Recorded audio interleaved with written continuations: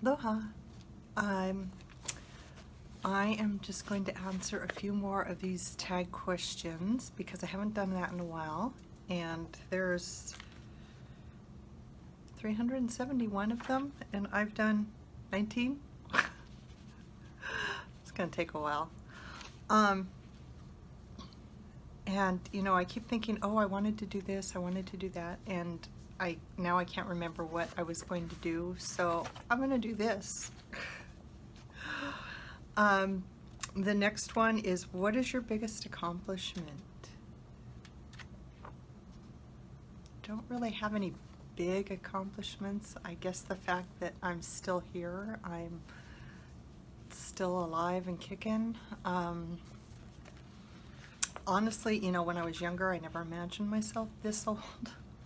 I don't suppose any of us really did, but you know, I couldn't picture myself as an older person, and now here I am, and you know, I'm 56, almost 57, and no, 58.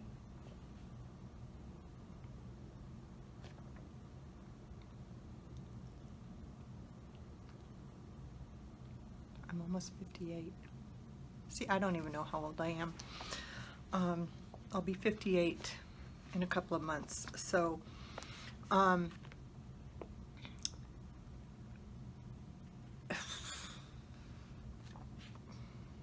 you know, I've never done any one thing that I could say is, yes, I did that. You know, there's not going to be something on my grave marker. Not that I'm going to have a grave marker. I'm going to be, you know, burned up to a crisp and, you know, scattered to the wind. But, you know, if I had a grave marker, there's not going to be one thing on it that, you know, points to some accomplishment that I had. You know, I did the normal things in life. You know, I grew up, I had a daughter, I had grandkids, I died. There you go. What is your biggest fear? I don't know that I have a biggest fear. I have, I guess, what are normal fears. I did find out recently, I used to have a fear of heights. I thought I had conquered it. Found out recently I haven't. It's kind of, it depends on the height. Like, I can go up on the roof and walk around and I'm fine. I can look out and I have no problem. Which is, you know, I used to climb up on our roof when I was a kid all the time. Go up in the attic, you know, you have to climb on a rickety ladder, climb into a hole in the ceiling. It's, you know, it was that kind of, that little crawl through attic space, not really a full-size attic, but it was the crawl through attic space. It was only like 4 feet high, so we just stored stuff up in there, and I used to climb up in there all the time. And you know, you just put a step ladder up and then you push on the board and crawl up. I put the step ladder up in the yard and go climb up on the roof and watch the stars at night, and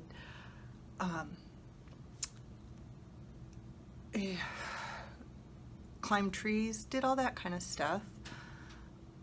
But as I got older, I kind of got this weird fear of heights. I would stand on a bridge and get like really, you know, like everything would swim around and I'd get kind of weird. So I got this weird kind of fear of heights, and then about 12 years ago, I think it was, I had the opportunity to go to Seattle, and I went up in the Space Needle. And first I walked around like on the outside, kind of like going, oh God, you know, back against the wall. And I kind of slowly went out to where I was up against the bar, and I was okay. And so that was great. I conquered that, you know, and I walked around and I was okay. And I don't know if you've ever, you know, if you've never been to the Space Needle, it's, when you walk around the outside of it, it's open. You know, you're out, you know, when you're inside, it's an enclosed area. But when you go outside to look at the view, it's open. And so you've got the wind whipping through, and I was there at night. The wind is like coming through like crazy. So I was like, I'm gonna be blown out of here.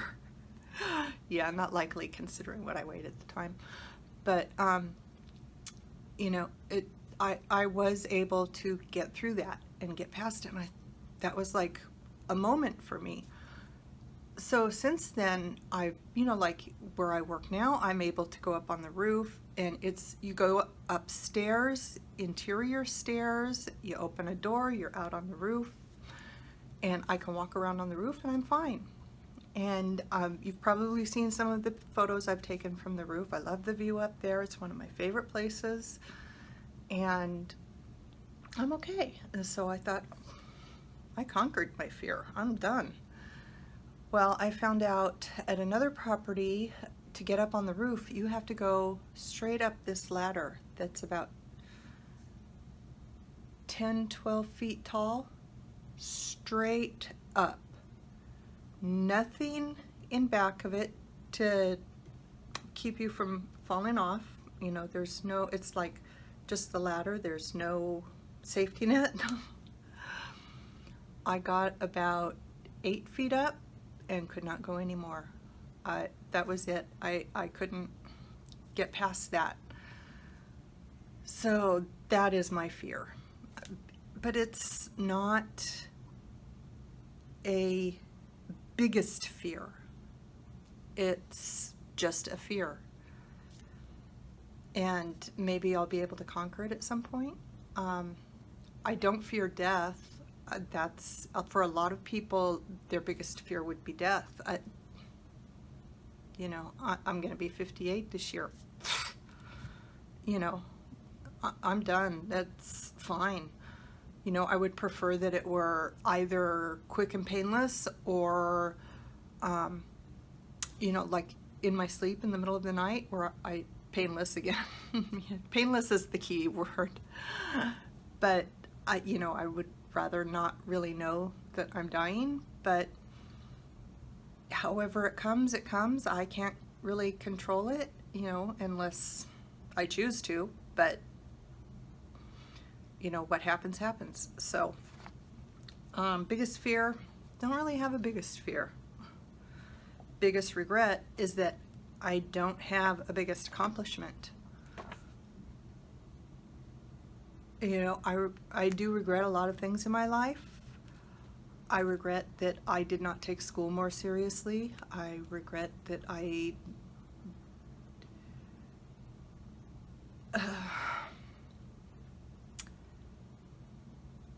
regret that I didn't take a lot of things more seriously when I was younger. I wish I had focused more, that I had studied more, that,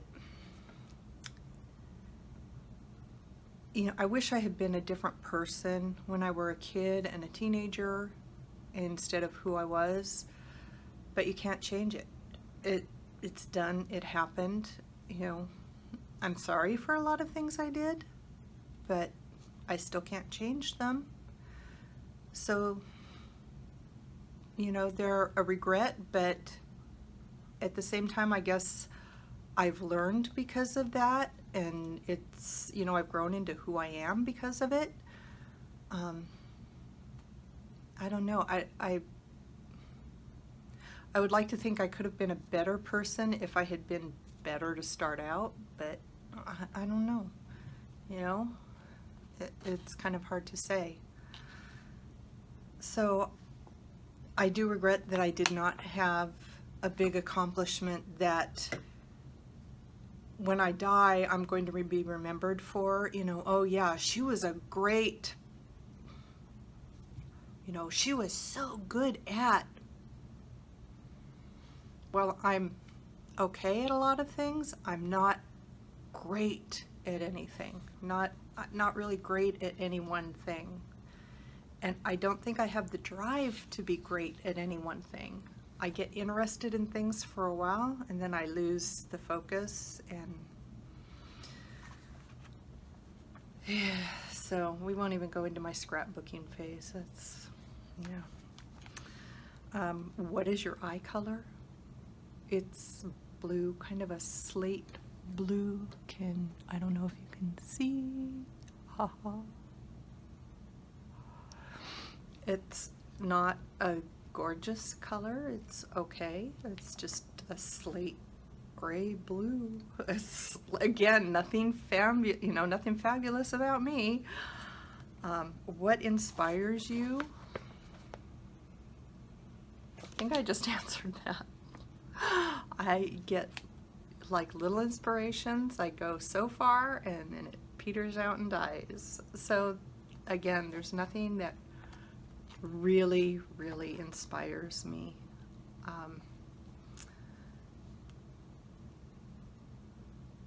I would, if I had to say that there was one thing in my life that inspired me, and if you can't use, like your kids, your grandkids, because obviously family, but I would say animals.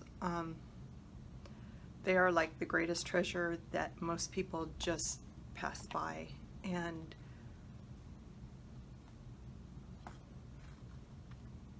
and I know I talk a lot about Tucker on my show. I've got a video that I don't know if I've posted it by the time I do this. I don't know if I've posted it already or if it's posting shortly, but it's about his laser therapy on his knees. But, yes, he is my family. He's all I've got. But before him, there have been so many others, and I have felt the same way about each and every one of them. And so my love for animals has just always been there. I've always had animals at some point, at some level, whether they're goldfish or hamsters, just like runs the gamut. And I don't understand how some people treat them the way they do. And there are times when I just want to run off and save all the animals in the world. Financially, I can't do it, but I think if I did have Bill Gates's money, that's where I would put my resources to, is to saving animals. I don't know if that's even answers the question, but what is the most important thing in your life? Maybe I responded too early. Again, if you can't say family, what has required the most courage of you in your life so far? Courage. I know everybody's going to say the cancer. That's like the obvious choice. But actually, it was walking out of an abusive relationship, walking away from it. That took everything I had and then some. And when in TV shows, movies, book, when they talk about why, if a woman is getting beaten by her husband, her boyfriend, or whoever, and they say, why don't you just walk away? It is not that easy. And I can understand that. So many things go through your head. There's love. You think you love this person. Maybe you do love this person. In my case, I thought I loved him. I did not. Looking back, I did not. I had talked myself into thinking I loved him. There's fear of retribution, there's belief of the things that he tells you he's going to do to you if you walk away.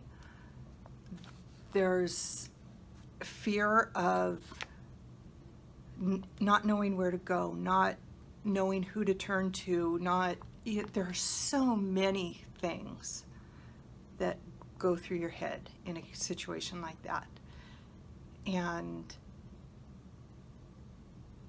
it took my daughter for me to be able to do that. And so, that, because I could not let her, when she was born, I could not let anything happen to her. I had to get us both out of there. And I was lucky that my parents took me in. They had a one-bedroom house, and I slept on the sofa. She had her crib. And within a week or two, my father had helped us get an apartment. So we were very lucky.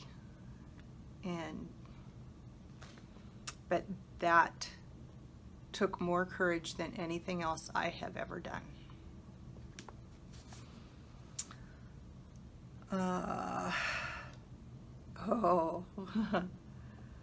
Who is your favorite actor? That is such an easy one for me, because he has been my favorite actor since I was 10, 12 years old. Tells you how old, right? Cary Grant, believe it or not, Cary Grant. And I got to see him once. I had such a crush on him, and I watched every time, every week when the TV guide came. This was the old TV guide. It was the little book, the little book that was only like that big. And every week I would go through and look for Cary Grant movies. I just scan all the pages and look for Cary Grant movies and circle them and make sure that I could watch when they came on. And then this is, like when cable was first out, and there weren't 20 million stations you could watch. And so they were all, everything was listed, and it was still pretty much local stations that aired the movies at night, and I'd stay up late to watch them. I'd get up early to watch them. I'd stay at home on Saturday to watch them. And I remember my mother, I could hear her, I was like in my bedroom or something with the door open, and I could hear her down the hall in the living room talking to a friend of ours and saying, all the other girls her age have crushes on like Paul Newman and Robert Redford. She likes Cary Grant. Can you believe that? And they were both just laughing at me, and I was like, oh, I don't know. To me, it didn't seem odd, And one year for my birthday, my mother got us tickets to go where Cary Grant was doing a speaking tour. It was at the community college in Stockton. He was doing speaking tours around the states, and they were doing a fundraising for the planetarium at the college in Stockton, Delta Community College. And my mother got us tickets. I was like over the moon, And we went in. Turns out the tickets, the seats were only like 10 rows back. I thought we were going to be up in nosebleed section, like way in the back. We were like 10 rows back. So I got to really see him. And she kept asking me, are you going to say, she kept nudging me, are you going to say anything? Because you could ask questions through the whole thing. And so she kept, are you going to ask him something? What are you going to ask him? I was like, I'm not going to ask anything. I can't ask anything. Oh my God. I was just too embarrassed. And I honestly didn't know what to ask him. And, everybody else was asking like what I considered silly questions. And so, if I was going to ask a question, it would have to be like smart and on top of things. And I couldn't come up with anything. So I got to see him. That was like one of the happiest days of my life.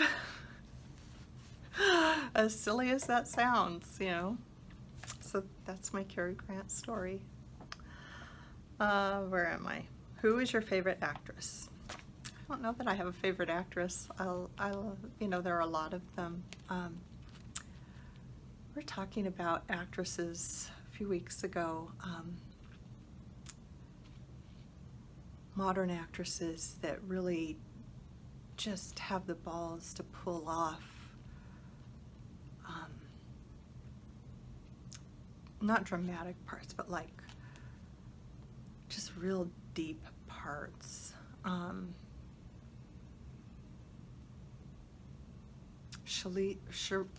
Charlize Theron, she just, like, I swear every movie I see her in, she looks different.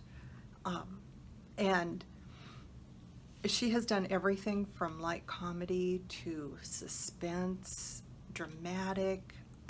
The woman just has range, and I think if you give her a bow and arrow and put her in a jungle, she'd just be like, you know, be out there kicking butt. So she's in the top, you know.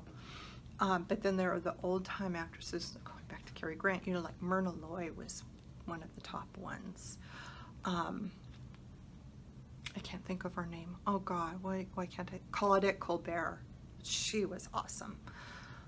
You know, there are just certain ones that really can kick it out of the park, and then others that are nice to watch, you know, but they're actresses. I think acting is really kind of a silly profession myself, but it's fun, you know, and here I am addicted to movies and TV, you know, it's fun to watch, but if I were to do it, I'd just laugh. So, who is your favorite celebrity? I guess that means non-actor, actress. I wouldn't even know how to answer that. Let's change it. Who is your favorite YouTuber? Okay, the ones I would want to meet and hang out with for a day would be Bunny from what is it? Gator, you know, the Gator Girl. Sophia Nygaard. Is that Nygaard? Is that it? Sophia. Christine from Nailogical.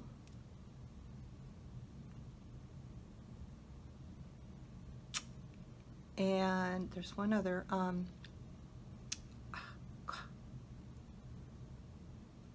geez, I just watched her yesterday. The dog, she did the painting, she did the hair. For some reason, I'm drawing a total blank, and of course, I know who it is, and I watch her all the time. Oh, and Swoop. Maybe even, and Mikey from Glam and Gore. Because I found Swoop from Mikey, and I like the stuff Mikey does. I think she'd be fun to hang out with for a day. I think Swoop would be fun to hang out with for a day. God, why am I drawing a blank on this one name? It's driving me nuts.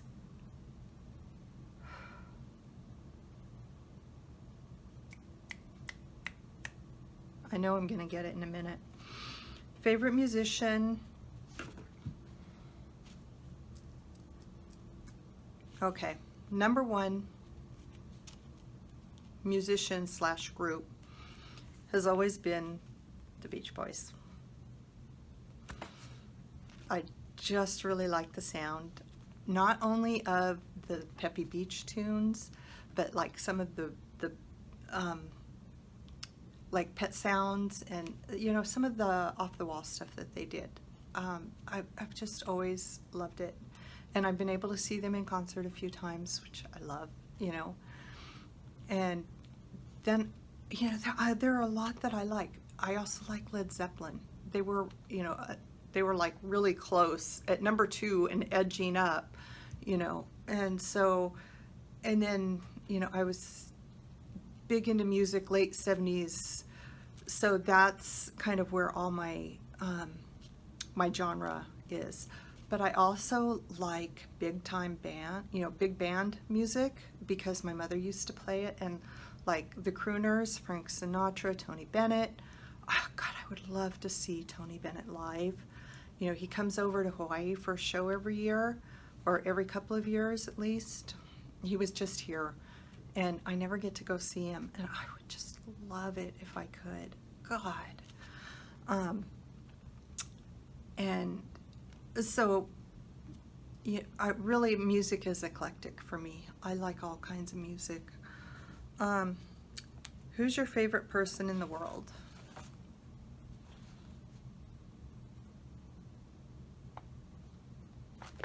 Can I say my grandkids? If I can't say family, I don't know that there's a favorite person.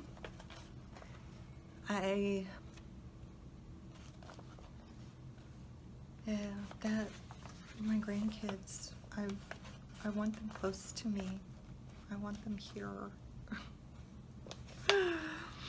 So those are my next 10 questions, and I'll try and do the next 10 soon. And don't forget to, if you haven't yet, hit that subscribe button and the bell so you get notifications when I post a new video. And if there's something you want to see, let me know in the comments, and I will talk to you later. Bye-bye.